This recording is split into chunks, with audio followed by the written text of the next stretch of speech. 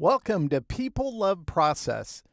Do you have a systematic way to approach a specific theme for a given project? Have you ever faced a creative challenge requiring you to create something you might have never created before? Well, in this movie, I want to take you through an illustrative design based on a specific theme of a gorilla and show you how you can apply the same principles to any theme in order to help you solve a creative problem. This, of course, is best demonstrated rather than explained, so let's dive right into it. Now, with me, everything starts with drawing. If I'm thinking up ideas, and in this case, I'm still in the process at the moment of working on a new course just to demonstrate how to create and use vector brushes. Now, I don't have that done. Eventually, I'll have a version of that on my People Love channel as well. The full course will be available via LinkedIn Learning. But I was thinking of the theme of a gorilla in the artwork to demonstrate some of the brushes. And this was my thumbnail sketch. Now, what you see on screen is a lot larger than it is in real life. In real life, this was maybe 2 inches tall or so pretty tiny. But anytime you approach a theme, whether in this case it's a gorilla, you might be doing other themes. Maybe it's based off another type of animal or even an inanimate object like a tractor, whatever. You want to use reference. And so since I was going to be drawing a gorilla, I started getting gorilla reference. And reference is important. It doesn't matter how gifted you are with drawing and creativity in general. Reference is going to help you to do a better job. And if you ever watch any of the bonus video that used to come on with Disney movies, you would see the Disney artists drawing all the time outside of the context of the style they were specifically doing. They would go to an animal park and look at lions and see what made a lion a lion. And that's what I'm doing here is I'm looking at reference to pick up on those visual cues that make a gorilla a gorilla. And there's obvious elements of a gorilla. The pose I'm going to be doing, he's going to be standing on all fours, kind of like this. So you can see that their arms are a lot longer than their legs are. And this allows them to walk this way pretty easy, but their legs are almost straight up and down, especially in this one. If you look at it straight up and down, a gorilla also has a nice little booty. So that's part of the aesthetic of a gorilla, and its head is definitely unique in terms of the forehead and the shape of the head. A pretty big head. In context of the head, their ears are kind of small. But we want to do what I call simplifying, because a photograph gives you all the detail of real life. And at times when you're creating artwork specifically, and depending on the style you're working in, not everything needs to be realistic. It doesn't need to reflect every aspect of the detail a photograph will include. A photograph does that because it's a photograph of real life. Illustration should be a simplification or a deduction of complexity. So what do I mean by that? Well, if we take a look at a gorilla specifically, and we're going to focus on its head, and you look at it, a gorilla's furry. It's hair everywhere except in its face and on the front part of its chest and on its hands and feet.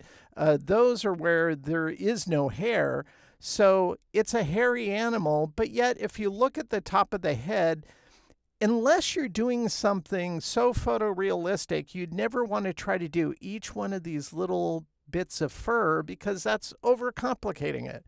So it's about looking at stuff like that, recognizing it for what it is, but then simplifying it down. It's just forcing yourself to look at it and say, okay, I know that's what it is, but how could that shape and form be simplified? I know its nose is shaped like this, but what would allow me to simplify this into a more geometric or simplified shape? And if you do that, it's going to help you to discern how to draw it. And that's exactly what I did here. So I'm going to turn on this layer. And if we look at these two images, this is how I initially, now I printed this out and then drew on top of it on translucent stock I use. It's made by Nina Paper.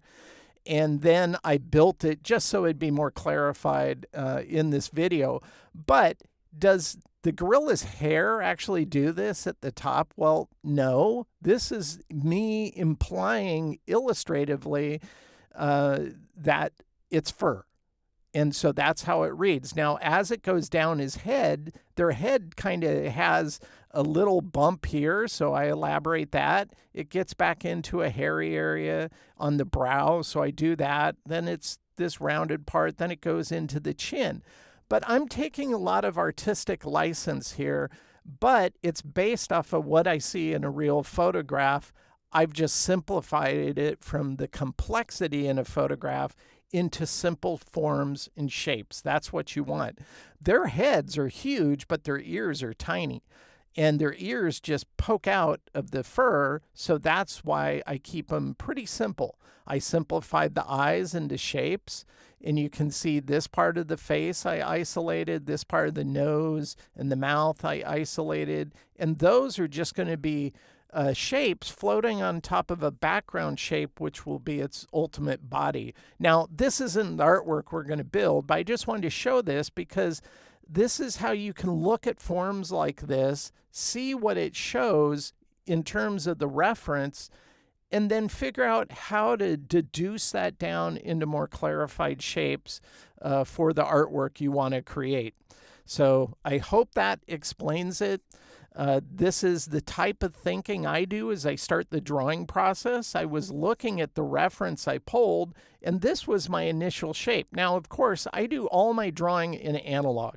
So I usually start off in a regular drawing pencil, and I just do this really quickly. Now, this is, once again, a lot bigger than what's shown here.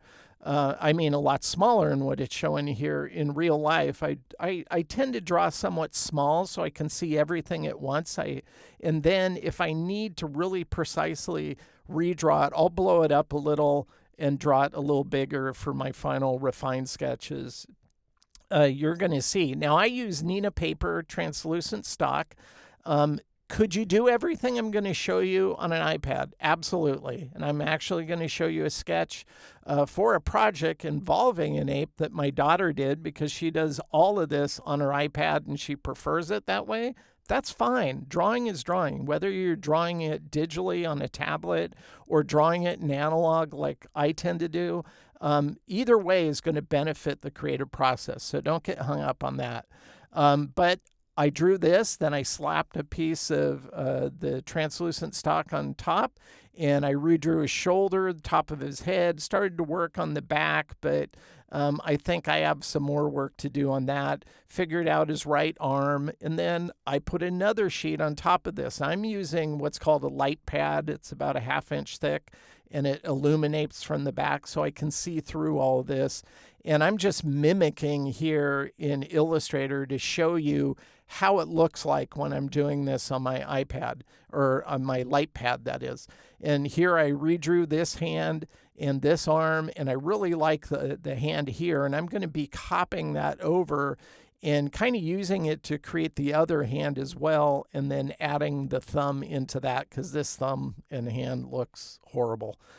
So drawing is a progressive skill. So you start off crude, don't get bogged down on, oh, that doesn't look too good, and try to refine it there. No, you're just kind of mining the forms and shape right now. You can refine it later, and we're going to go over that. So the next part is drawing the back, and I realized that I had kind of tucked it too far in. It kind of made it a forced perspective, and I wanted this to be more profile from the side, so work that out. So ultimately, when I put all of these together, and I do scan them in, bring them into Photoshop and composite them together, just so I can get a rough, kind of a crude sketch formed, and this is going to help inform me as I start kind of refining these shapes and really thinking what are they going to look like in their final form. And I try to do that before I ever get on Illustrator because I want it to be a roadmap for vector building. So I just slapped another sheet of vellum on top of this, and then I just redrew it a little more precisely. Now, you might think, well, this is good to build from, right? Well, kinda, but not completely. I actually want to draw it again because I haven't figured out everything. And I try to get to that point where I figure out how I'm going to shape and form stuff. Right now, I have the hands kind of worked out and the feet kind of worked out, but I don't know how I'm going to create that profile shape. This would be too much guesswork, and it's easier to show you my refined sketch because the refined sketch, if I turn that on, you can see I've made improvements to the art. So if you look at the hands now, I know exactly what shapes I have to create to form the final artwork on this hand, where previously it was just the general form. I didn't know the thickness or how I was going to handle that. I would not want to use strokes. I only use strokes for specific types of styles. It's easier to build in shapes when you're working in this style. So the changes in between that and my refined sketch are this. Now, when I say a refined sketch or refined drawing, all I mean is it's at this stage, I'll switch from a regular pencil to a mechanical pencil using a 0.5 millimeter lead in it because I want my lines to be thin. I don't want them to be so fat that when I go to build, it kind of obscures what I'm trying to create. So I really focus on drawing it the way I intend to build it. So you can see in the teeth here, if you go back to the previous sketch, let's toggle this off. You can see I didn't have any gaps in the teeth, but ultimately I drew those in at the next stage in my refined sketch. Once I have all of these things figured out, this is where I'll scan this in with a flatbed scanner, and then I take it into Photoshop and I tend to adjust anything, or I usually wait a day or so, then I reapproach it, look at it, and then I make adjustments. Now you might say, well, I don't see any adjustments. Well, if we compare this with what I scanned in, which was this, notice his right arm on the gorilla, the fur is a little high there. So I kind of lowered that in my refinement in Photoshop. I just cloned it and moved it down a little bit. And his arm on the left-hand side was a little low in my initial sketch, so I just brought that up a bit.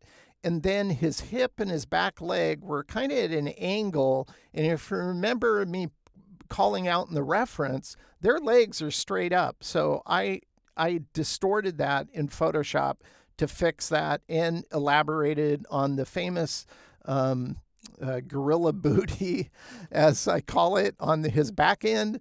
And I think this is going to work good. So yes, I do art direct myself as I go along, even after I'm done drawing, and even after I start building. If I think something's going to look better a different way, then I'll make that change and do that.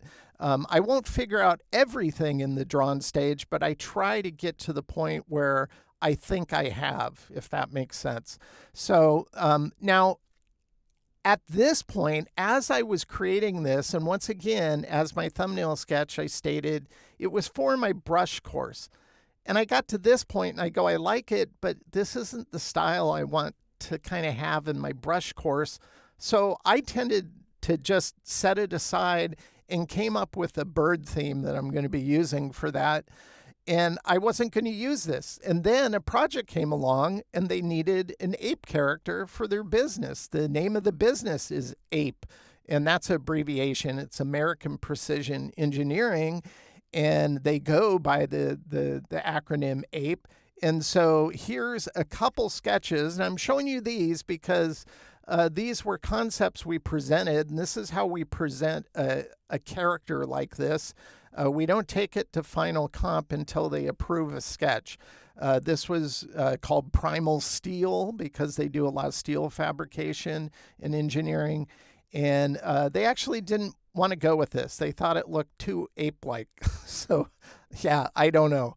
Okay, that's fine. So we moved ahead with another idea that we ran a list of ideas by them, and one was Bigfoot, and they said, oh, we like this. And this is Savannah's sketch. This is what she does all of her sketching on her iPad, and she uses an app called Clip Studio Pro, which it's really pretty cool app. I never use it, but I watch her use it, and it's like drawing in Photoshop, and it doesn't feel like an iPad app, which tends to be oversimplified like Adobe handles it. Theirs looks like the desktop version just on an iPad. It's pretty cool. But she loves drawing on it, and she does most of her illustration on it, although she can rock vector when she needs to. But I art director projects, so I'm looking at this and I like it in general. I think there's some areas we can improve on. I think the back foot looks like his ankle's broken. You wouldn't see the bottom it from this point of view, so I'm going to fix that. I think this hand looks a little weird with the back fingers. I'm going to address that, but mainly the top of his head. This kind of looks like a comb over. It doesn't feel like an ape, and I want to improve that. So my sketch, working off of hers and redrawing it, I made it look like this, and I improved those areas. And this concept they didn't go with either. We actually ended up coming with 3 other concepts that they liked and moved forward with, and eventually I might turn one of those into a movie to show you that, but I'm kind of waiting until it's fully public before I do so. So this is usually how we present ideas, but let's jump back on the gorilla we're working on, because this is the refined sketch I ended up with, and this is the one we're going to build on, and I usually place it inside of Illustrator. I adjust the opacity to 15%, just lock the layer. And what I want to do now is I just want to go ahead and build some of the content here just to show you how I approach this type of building. So what we're going to do, and on this one, I started with the face because it's the funnest part to work on. And anything that can be deduced down into a simple shape like the eyes, these could just be, let's adjust this to a smaller, what is this? Let's go to stroke. This is 5. We're going to go 0.25 since we're zoomed in. That way we can see our drawing underneath it. So this is where I'll use just simple shapes like this, might distort it like that, make a clone of it, Command-C, Command-F, bring it over here, and I'll probably reduce it just ever so much like that. And then this is where I'm going to show you a plugin here. This by Astute Graphics. It's part of Subscribe, a plugin they make, and it's called the Arch by Points tool, because this has fundamentally changed the way I approach vector drawing. Not that it's requirement, it's not. You'll just see how much faster it goes, because I'll go like this, and if I want to draw a circle, I can. I don't want to draw a circle. I just want to draw a line, so I'm going to go like this, and then you can bend it. Then I can click these, create that shape. We'll go over here. I'm going to go like this. I'm going to create that shape. Go like this.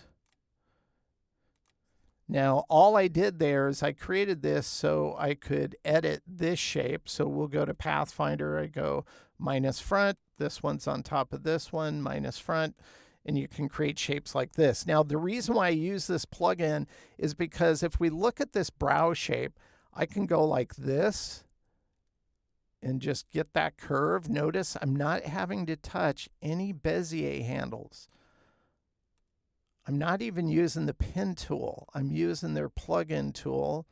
And once again, this tool is called Arch by Points tool. You can tell an engineer named it. No artist would have named it that. And we're just going to go like this. Now, here's actually, I am going to show you something here. I'm going to go like this. Then I'm going to go up here. And you're going to go, well, you're not following your drawing. Well, that's because there's a reason I'm doing this. We'll go down here, go like this. I'll go like this. Then we'll figure out that one like that. So once again, that's how I do it. Now, if you're doing it with the regular pen tool, you know, you go like this, then you'd close this, then you'd have to go grab the anchor point tool, then you'd have to bend it, and it might not be where exactly you want it, and you'd have to adjust the Bezier handles. Now, so you can do it. It's not a problem. It's just I wanted to show you how I've been doing it recently, and it's using this, once again, I can't remember the name, Arch by Points tool by Subscribe. And the reason why I didn't build this whole shape here is because I'll just focus on one area that gets most of the bottom and the interior of this brow area. I'll come back to the brow here in just a second. But what I want to focus on now is this nose shape. And so we're going to go back to that plugin tool. I'm going to click here and pull it out. And notice you get a perfect circular shape. Then I'm going to go like this. We'll snap it there. I'll put a little bend in it, go like that. We'll go here, like this. Click that, go all the way down here, because this will allow us to make that curve like that. And so once I have this shape, I'm going to clone it. All a clone means is Command-C, Command-F to copy it in place. And it's a keyboard shortcut I have set up, F3 key. You can watch my Creating with Keyboard Shortcuts on this same channel to check that out. So all I did is I made a copy of that shape. Let's go ahead and just fill it with any color. So you can see it's on top of this other shape up here.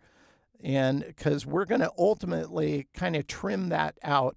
Now, the next thing I want to do, and this is all about thinking in shapes. I thought it in shapes when I drew out my artwork. Now I'm going to be building in shapes.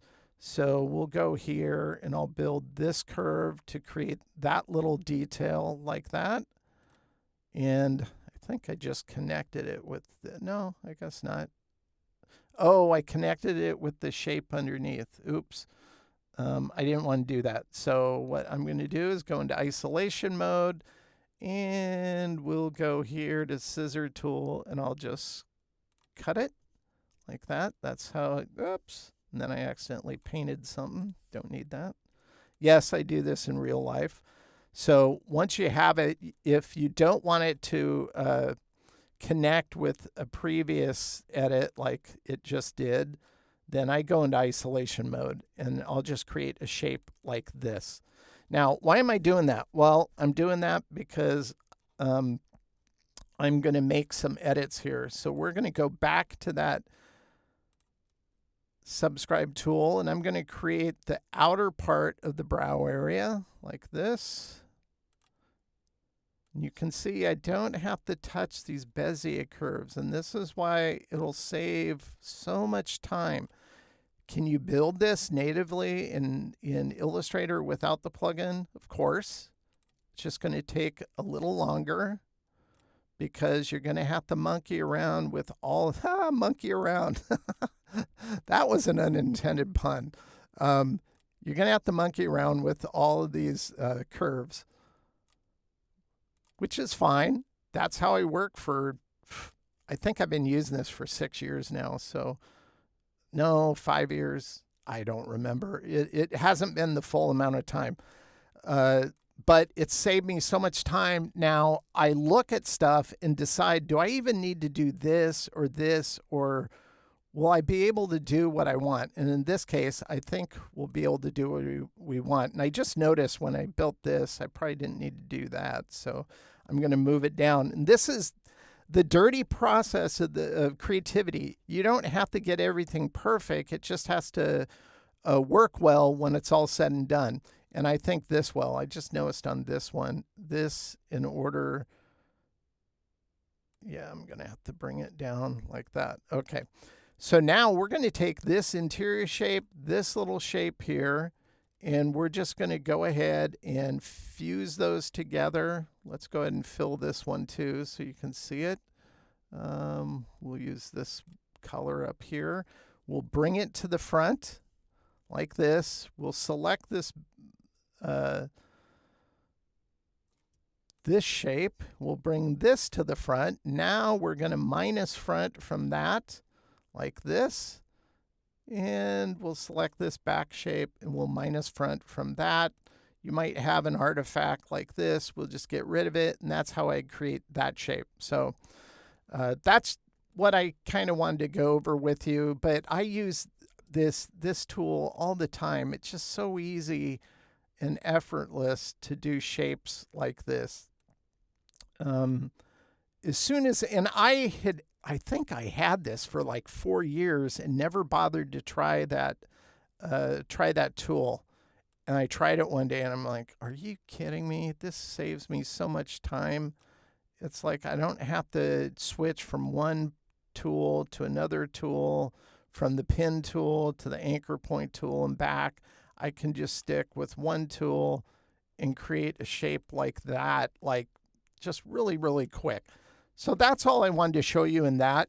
Everything else, once again, because I spent the time up front to figure out what shapes I wanted, all my sketch does at this point is guide me. This is why I'm usually not talking, usually not explaining stuff like I am now, because it makes me a lot slower as I build. But I'll usually put on music or a good audiobook and just kind of focus on that. Now, when it's all said and done, here's all the base vectors for this artwork. And there's a few things I just want to show here is I'll create a shape like the head here. I brought it all the way down here to this point because this is where a nice highlight on his fur is going to be, but I wanted this line to have kind of a continuity. In art school, one of our design teachers would call this contour continuation. I wanted that to come over this so it defined the edge of that shape. So I'm going to create a copy of the head shape, Command-C, Command-F. And just so you can see what we're doing, we'll color it. And then I'd select this shape and I'd just go minus front to trim that right side. So now when we go to the final, it's going to carry your eye through this edge all the way down into the back side of his head. And I did the same thing at the bottom here where we'll take this shape for his bottom part of his chest. And I'll clone that. We'll go ahead and fill that so you can see it. And I'll take this and I'll go ahead and minus front to trim that section off there. And I would just do that everywhere else. So like on his arm, I'd copy this to the front, select his chest area, and then this would just minus front to define that side of his arm, because this is going to be light colored, this will be dark colored. So this will define the side of his arm since it's all dark here from the background of his chest into his arm. So it's those things I really pay attention to. But this is what I would call my base vector shapes. And I always make a copy of this and put it in another layer. I usually name that X, just as kind of a vector junk drawer of sorts as I work. So if I ever want to go back to this stage, I can. And that has saved my bacon so many times over the years. But ultimately, all we're going to do is take all these background shapes, including the outlines for his hands like this, his thumb and hands down here, all these for his toes, this back leg, this chest, his arm, so on and so forth. And we're just going to unite it all together like this. And ultimately, oops, I did a Command-Z. Let's copy that, select everything, paste behind. This isn't going to be perfect, but just so you can see it, that's all we've done is united everything together. Now, I didn't trim this one, so this blue space is kind of hinky, but ultimately it'll be black and all the shapes on top will be white. Now, I'm not going to walk through all that because that's pretty simple to do if you have all your base shapes in place. But ultimately, we have the base black and white looking like this. And again, the background is just all this singular silhouette of the character itself. And then all the shapes on top are just white shapes sitting on top like that. So that's literally how I build my art to begin with. And so you might be thinking, oh, great, we can start coloring. Well, not quite yet. We just built the nice, precise base artwork. But if we zoom in, when I build like this, everything comes to these dagger sharp points. And that's not always bad. There's some art I create where I never touch it. I just leave it as is and I color it and move forward. But in this case, this is a character design and I want to make it a little more handcrafted than that. So this is where I like to do subtle rounding. And you can do subtle rounding using the built-in features in Illustrator, the corner fillet tool, where you select a corner, you get this control, and you can add a nice little round there if you wanted to. Or you can go into more sharper areas like this. Maybe you don't want this coming to a dagger point, so you select all of these, whether it's on the interior, whether it's on the exterior of the shape like this, and then you can subtle round, like just subtle rounds. I'm not talking these overt looking ones, but you can see it just softens it and it looks more custom that way rather than leaving it straight. So what I want to do now is this has all the sharp corners in it, but let's compare it with subtle rounding added to everything. So without rounding and with rounding. So if I toggle those on and off, you can see all those subtle shapes are changing. If you look at the eye here, this is without rounding, but adding that rounding adds that nice little element as if the shadowing is covering up part of it. And that's why I do it. If you look at the teeth, on the edge of the teeth, the same thing. It just improves the overall artwork and base composition of those shapes. So that's why I do it. So subtle rounding isn't hard. You don't need a plugin, even though I use a plugin for rounding most of the time. Exactly the way I showed you is the exact way you can do it yourself. So it's not hard. Now, I do art direct myself even after I get to this stage of building. I'll usually set something aside, then I'll come back to it and look at it, even if it's only like a half an hour because I have a deadline or something. I try to give myself the ability to improve something even under a tight deadline. This one I didn't have a tight deadline because it's a personal project, but I set it aside, looked at it again, and this area of my design is bugging me, specifically the breast area of the ape, because this area right here just doesn't look good. So I went in and fixed that. So this is what it was, and I fixed it to this, and I think this looks a lot better. It reinforces the head better, and the chest, I think, looks better simplified like that. So art direction isn't just in the drawing stage. Art direction should be throughout the creative process. Anything that's going to make something better, you should probably do it. And so now it's at this stage where I start doing color exploration. I like to create little tonal families, and I actually do what's shown here, where I make these boxes and I bring them to the desktop because I use Macromedia Freehand for 15 years as a vector drawing program. And in 2002, Adobe bought Macromedia so they could get Flash, and then they proceeded to kill off the app that I'd used for 15 years. And you could do this in the app. You could actually drag a swatch from the swatches palette onto the desktop and tile them like this. It was really cool. I miss that, and this is what I've done to replace it. I like doing this because I can do value comparisons easier this way than looking at it in the swatches, because there's these white gaps between everything, and I want to see colors side by side, but fit together, if you will. And I think this is going to work good. Now, the color we're using for the gorilla is black. So black we're going to keep into place, but on the hair, I want that's black. It's just a highlight. So I'm going to use this dark gray for that.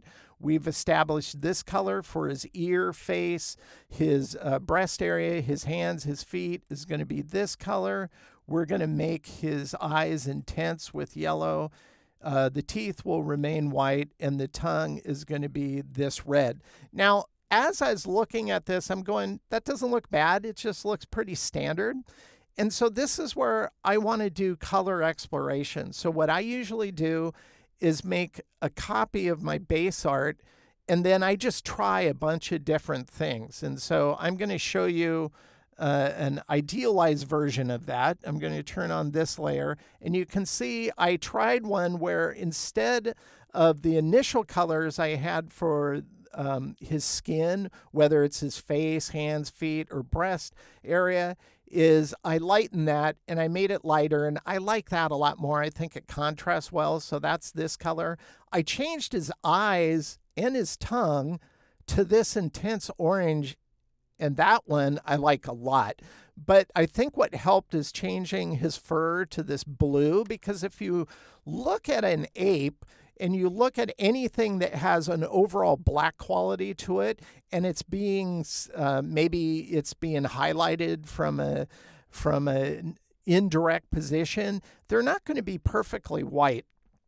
They're going to usually have a cast of color to it. And in this case, I think blue looks really good. But again, pretty traditional coloring. I wanted to try something else. So I said, well, what if I made it like, this is how my mind works, by the way. I thought of Grape Ape, which was a cartoon character growing up. I go, oh, try purple. So I did a dark purple with a lighter purple. And I thought this looked really cool. And I like that it goes with the orange. Purple and orange are complementary colors, so I think that works. And I kept the color of his face, hands, and feet the same. Then I tried another one. I go, well, gorillas are usually referred to as silverbacks, so what if I made it kind of all gray? So I went with a dark gray and a lighter gray and changed the value of his skin because it didn't look good with the lighter color up here. And I thought this was okay, but once again, it's pretty traditional. And so I said, I need to try something even crazier. And so I go, what about like red? And I go, well, I've never seen a red ape, but whatever. So I did a dark red, the light red, and utilized a little different coloring on his eyes and his tongue to be more traditional with a tongue color, I guess. But I was looking at that and I go, yeah, I don't know how many ginger apes there are out there, but it's not bad. It's like I didn't hate it. I just didn't want to go at that direction. The direction I like the most is the purple one. So that's the one I'm going to move forward with, is the purple. Now, as I start coloring, I might get to this point and I know I need to add some subtle detail. This isn't realistic. This is very stylized, but I want to have some shading and highlights in this. And so this is where I'll print out a black and white of this color, no color in it, just black and white on my printer. And what I get is I then take it and I draw on top of it with a pencil to figure out where I'm going to place my shading, how I'm going to handle my shading. Now, I just started doing this years ago because I caught myself like noodling around for hours building vector art, and it would take forever. And I go, there has to be a faster way. And I go, well, why don't I just print it out and I can draw on it and figure it out. If I don't like something, it's only going to take me, a minute, and then I'll try something else. And I started doing that. And it just became more efficient for me, creatively speaking, to do that. I take this, scan it back in, align it with my underlying drawing. So all I'm going to do here is adjust the opacity to 40%, and we'll turn on multiply like that, because we don't need to see it everywhere. We just need to see it enough that we can build from it. And I lock that layer, and just like my base art, when I create it off of my sketch, I just build on top of it using that drawing to guide my vector building efforts. So this reflects all the shapes that are going to make up the detailing in this artwork. And that's all I did. It's not hard. Anybody can do this. I think you're going to find it's a lot faster and more efficient working this way. So this is where I'm going to now go ahead and colorize my detailing. I'm going to first zoom in on the face here, because this is the shapes I created to detail the face. If I pull it out here, you can see what they look like. They're all a compound path if you look at the appearance panel. And all I'm going to do is select his face. I'm going to make a copy of it, Command-C, Command-F. I'm going to select the shape I built for the shading detail. With both selected, I'm going to go down here, and let's go ahead and pull this out so you can see it.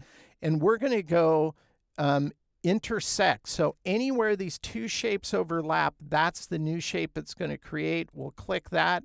It's going to intersect. This is what we want. If we go to the appearance panel, it's going to revert to a group. So this is where I'll change it back into a compound. And now it's ready to go. Now, I just wanted to show you that because that's how I get my base building of that detailing, and then I precisely make it work with my art. And I did that everywhere else, as you could see on the fur here. These will be highlights, tongue, everywhere else. So let's go ahead and focus on coloring the detail now. I'm going to turn these on because this is our tonal family we're using, the dark purple, the light purple, the base, which makes up his face, feet, hands, and breast, and his eye and tongue is this one. Now, we're going to adjust these because we don't want to use a full color. I want to create a tint of this color. And if your colors are global colors, denote that the bottom right-hand corner is white triangle. That means it's a global color. So when it's a global, I can select any object I've colored with it, go to the color palette, and notice here, this is your tint value. I can go ahead and just drag this down to what I want it to be. I want this to be 55% tint of this purple. I'm going to select this one. This is everywhere on his skin and feet, etc. This is going to be a 20% tint of the base color to create the highlights we're going to use. And now those are the only highlights we're going to use in this design, but I also want to create shading color. This is the base color, as you can see here in our tonal family for the breastplate, and I want to adjust this. And so what I want to do is go into let's go into this color, go into CMYK. I always work in CMYK unless something's going to be needed for RGB. Then I'll convert and fix any colors, because not all the colors always convert. The gamuts are different, but I like doing everything in CMYK. That way I have stuff that I can do for print really easily. So this is the color break on his breast color. So all I'm going to do is I'm going to adjust this to make a shading value here. So instead of 25, we'll go down to 13 here, like that. And normally, if it's a darker hue, I would add black to it, but I don't want to add a lot of black, so I'm just going to bump this up to 15. But where I do want to bump it up is on the magenta, since it's a yellow-based color. So we're going to double it to 10, like that. And so you can see that here. And this is where I'll go back to swatches, and I'll drag this color into our swatch. I'll double click it and click global. So it's a global color now. And now all I have to do is select this, go to transparency, go to blend mode, multiply. And now as it overlaps that base color, you can see it creates a nice shading value that we can use there. I've done the same thing. This is the yellow. And if we look at the color, it's 90-100. C and K are 0, and all I've done is create a muted value where I knock the value off of magenta and yellow by half, and then I added black to it. So if you think like traditional painting, this was how you would mix paint if you needed a shading or a shadow color for a given base color. The only difference is we're using blend mode. So with that, I have it selected, go back to the transparency palette, go to blend mode, and that creates a nice shading value. So I just wanted to show you that. Now we'll go ahead and select the areas in his face, and we'll select the areas elsewhere in his breast, hands, feet, etc. These are all the shading of those areas, and we'll just use the eyedropper to apply it to the selected shapes. And you can see it adds that shading. We're going to select these areas on the face that are all the highlights. And we'll select the hand ones down here, and that will become this highlight color for that same base color. And you can see how it adds that in here. Let's go and zoom in so you can see this a little more. We're going to select the eyes here. Actually, we're zoomed in a little too far. We'll zoom in that far. Eyedropper will color that. These little dots on the eyes, these are just going to simply be white. And then what I want to do is add that shading to the tongue. So we'll add that in. And now all the shading on the fur is just going to be this tint, 55% of the base color. And we'll use a tint on the teeth. So we'll sample that, but it's too dark. So we're going to lighten this one to, let's say, 20, like that. And that's how I would detail out all of those elements in this character, and I think that's looking pretty good. Now, there's one last thing I want to do. I want to lock up some typography with this character. So what we're going to do is we're going to go ahead and just focus on creating what I want to create with this type. So I've come up with this stack type, Go Ape, that I'm going to work into the design. But we're going to use a bitmap TIFF image. So I'm going to drag this over like this. And all we're doing is we're going to create some kind of distressed artwork utilizing this TIFF image. Now, a TIFF image by default has no fill, obviously has no stroke. It's not vector, it's a raster-based image, but it defaults black. Now, if you want to use this in the context of a design, layout, or whatever, you can color a TIFF like this anything you want. So if we colored it orange, we could do that. We're not going to. I just wanted to show you that. Now, once I have one, I'm going to go ahead and clone this, Command-C, Command-F, and I'm just going to flip this around like this. We'll bring this over, and you can put this anywhere you want. So I'm just going to position it kind of like that, so it eats away a little on the right side. Once I have both of these where I want, I'll select them both, and we're just going to go up to Object. We're going to go Rasterize, and it's going to say, what do you want to rasterize? Well, we want this to be a bitmap, and I want to do Other because I want to bump this up to 400 ppi. Background can be white, and we'll just go Click. Now, this is going to rasterize that into one embedded image in Illustrator, and it's just sitting over the top of our type. That kind of wigged out a little bit. That was weird. No biggie. Now we're going to go ahead. Let's go ahead and put Pathfinder. We'll leave Pathfinder there because we are going to use it again. Let's go to Image Trace. We'll open that up. And with our image selected, we're going to click on Advance, and you want to make sure you have Ignore White checked. We're going to go all the way to Noise to 1, all the way to the right for 100%. This means it's going to be extremely tight traced, and I don't want to lose all these artifacts. So if I went looser, you would lose all these nice little artifacts. I want to keep as much of that as possible on an image trace like this. So with that set, everything else will leave by default. I'm just going to click Trace. Now, based off of the computer you use will be how fast this goes. That went pretty quick. And we'll just click up here to expand. And we have a ton of anchor points. Now, if you look at the PathScribe panel, this is an astute plugin I have. It tells you we have 256,000 plus anchor points. That's a lot of anchor points. We don't need all of them. So we're going to go to the appearance panel. Notice it's a group. We have to change this to a compound path. Now, I have that set up as an F7 keyboard shortcut. If you don't, just go to Object, Compound Path, Make. Notice I use F7, and we're going to change that to a compound because we're going to take this type, which is a compound. If one is a compound and one is just a group, this won't work. So you have to make sure both are compounds. Then we're going to select the texture on above.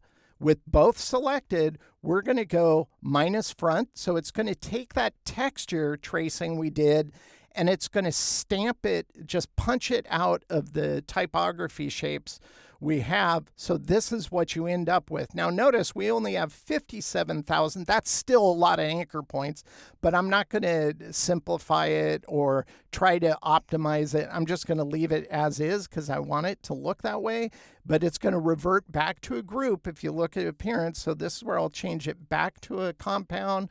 I'll go ahead and color this the color I want, which is this orange. And now I'll go ahead and copy this to the clipboard. We'll go back to our artwork. I'll go ahead and paste this here.